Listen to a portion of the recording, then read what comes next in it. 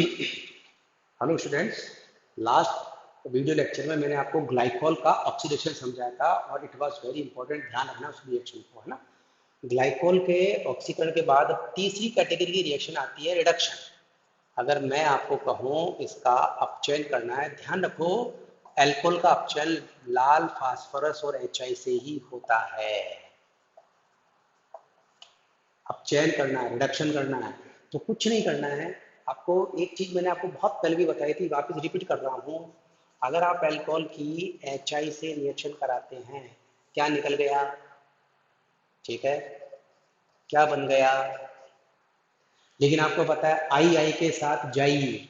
मेरे इस स्टेटमेंट को याद कर लो, क्या बोला मैंने? आई आई के साथ जाई का मतलब ये होता है जब भी आई आएगी, आई के साथ जाई, आयोडीन निकल जाएगी और आपको क्या मिलेगा? RH। इस रिएक्शन को आप अपने माइंड में बिठा लो। तो अब यहाँ पे ध्यान से देखो, OH को हटा करके आपने क्या लगा दिया? Hydrogen. This is called reduction of OH। तो सेम आपको कुछ नहीं करना है, जब भी आपको OH को हटाएंगे, जब भी HI के साथ रिएक्शन कराएंगे, आप OH की जगह सीधा क्या लिख दोगे? H लिख दोगे। तो क्या बन गई? एथेन बन गई। देखो, तो ये आपका क्या कहलाएगा? रिडक्शन कहलाएगा। ये हमेशा फिक्स है, आगे भी आपके काम आएगा, आप इसको माइंड में रखेंगे। ओके, नाउ लास्ट रिएक्शन में एक है डिहाइड्रेशन, निर्जलीकरण। निर्जलीकरण, और ये इसका सबसे इंपॉर्टेंट पार्ट है। निर्जलीकरण क्या मतलब? आप वैसे तो अपन जानते हैं अल्कोहल का जो निर्जलीकरण होता है किससे होता है। आप ध्यान से देखें इस रिएक्शन को। अगर मैं इसकी, अब ये डिपेंड कर रहा है कि आप डिहाइड्रेशन किससे करा रहे हो। निर्जलीकारक जिंक क्लोराइड, या आपके सिल्वर ऑक्साइड के साथ, या आपके H3PO4 के साथ, या आपके कंसंट्रेट H2SO4 के साथ। तो ये चार रिएक्शन आएगी, चार में से एक आपको एग्जाम में 101% मिल जाएगी। ध्यान रखना, यानी चार अलग अलग कंपाउंड आ रहे हैं। देखो, स्टेप बाय स्टेप अगर चलें, आप इसको ऐसे नोट कर लेना और फिर इनके आंसर लिखना, लेकिन मैं आपको बताऊं अलग अलग करके कि इनके चार के आंसर अलग अलग कैसे आते हैं। सबसे पहले बात करें अपन जिंक क्लोराइड के साथ अगर गर्म किया जाए, तो ध्यान रखो, आपको पता है पड़ोसी का बेटा, इलिमिनेशन, निर्जलीकरण में क्या होता है? बीटा प्रोटॉन लेता है, बीटा प्रोटॉन। तो इसके रेस्पेक्ट में ये अल्फा है और ये क्या होगा? बीटा। या इसको अल्फा मानूं तो इसको क्या मानेंगे? बीटा। ठीक है, तो अभी फिलहाल किसी को एक को आप ले लेंगे। देखो, जैसे मैं इसको अगर मान के कहूं, ये H इधर लिखा है, OH इधर लिख रहा हूं मैं, ठीक है। देखो, आप इसको मैं ऐसे लिख सकता हूँ ना, ये रहा आपका कौन? ये तो अल्फा, और ये कौन है? बीटा। तो क्या निकल गया बताओ? H2O। तो ये इस तरह से एक H2O निकल जाएगा और आपको क्या मिलेगा?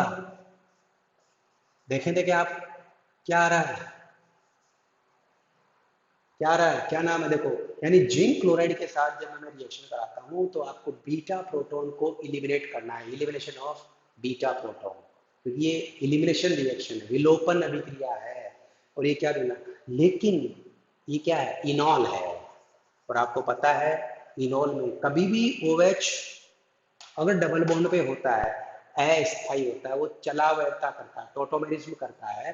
तो देखो, यहाँ से ये मूव करके यहाँ आ जाएगा। देखो, ये यहाँ आएगा तो ये क्या हो जाएगा? डबल बॉन्ड यानी एल्डिहाइड बन जाएगा। ये सिंगल बॉन्ड हो जाएगा, ये माइनस हो जाएगा, ये H यहाँ शिफ्ट हो जाएगा। तो आप इसको क्या बोलेंगे? टोटोमेरिज्म, चलावता। और आंसर क्या आया? एसिड एल्डिहाइड बन गया। एग्जाम में क्वेश्चन पूछता है ग्लाइकोल से एसिटिल्डिहाइड बनाओ, कैसे बनाओगे? आपके दिमाग में नहीं आएगा। तो आपको ये दिमाग में रखना पड़ेगा अब कि मेरे को निर्जलीकरण करना है।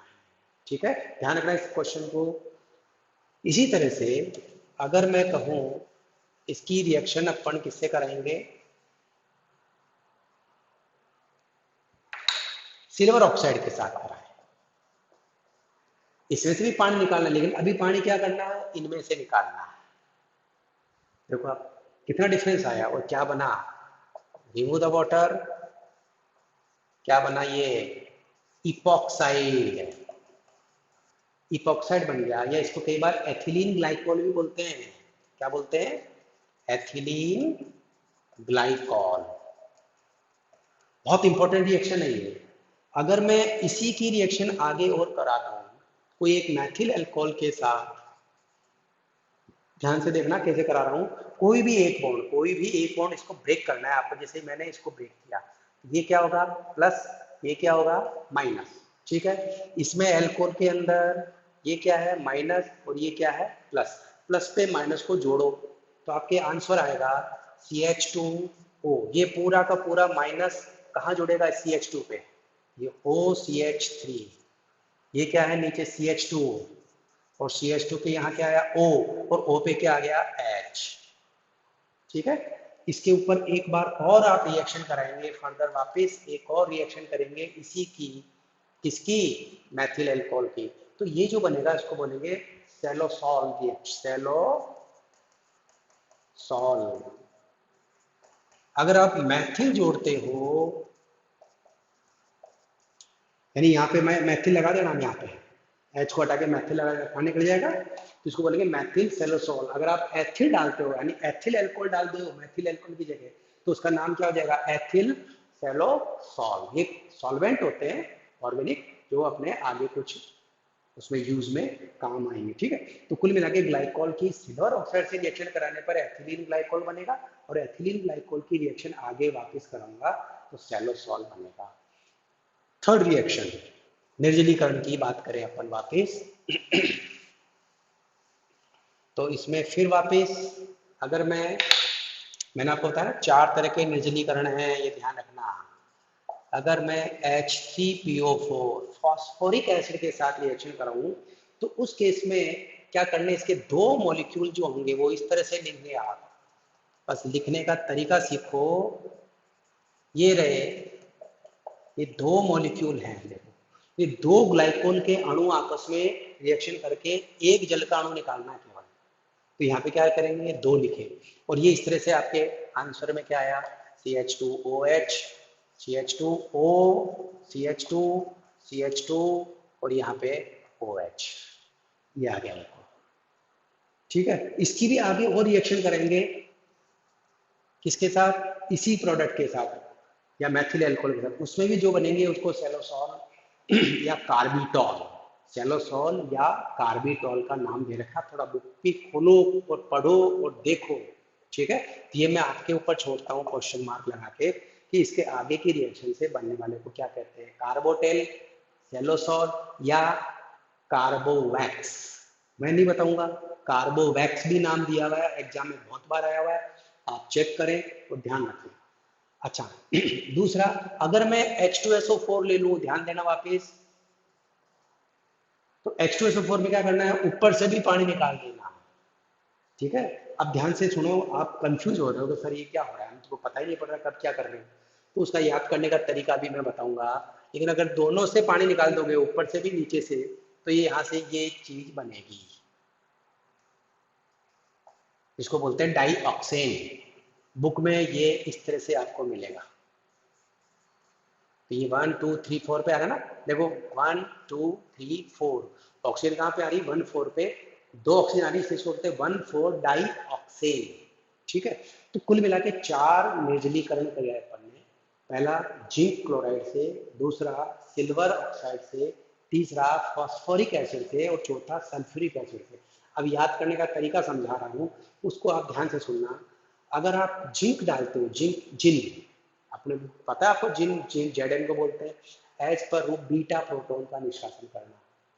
लेकिन जब आप सिल्वर लेते हो, देखो आपको जब मैंने सिल्वर ऑक्साइड लिखा था, तो भाई भाई से लड़ा देना, क्योंकि धन के लोभ में, चांदी के आते ही, पैसे के आते ही एल्कोहल से भिड़ेगा नहीं। चांदी के केस में क्या करना है, भाई को भाई से लड़ा देना, तो इन दोनों में से पानी निकालना है, तो आपके इथिलीन ऑक्साइड बनेगा।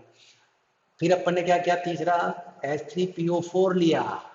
H3PO4 के अंदर क्या करना है, 2 लेने, एसिड के अंदर 2 लेने, लेकिन एक ही पानी निकालना है, ठीक है। लेकिन H2SO4 अगर लेता हूँ, क्योंकि H2SO4 स्ट्रॉन्ग एसिड है, तो वो नीचे से भी पानी निकालेगा और ऊपर से भी पानी निकालेगा, यानी ऊपर और नीचे दोनों से पानी निकालना, तो ये आंसर आ जाएगा। तो इस तरह से आप ये चारों निर्जलीकरण को ढंग से पढ़ लें, लिख लें, समझ लें और बुक में देख लें। इनमें से एक 100% एग्जाम में मिल जाएगा। ठीक है, थैंक यू।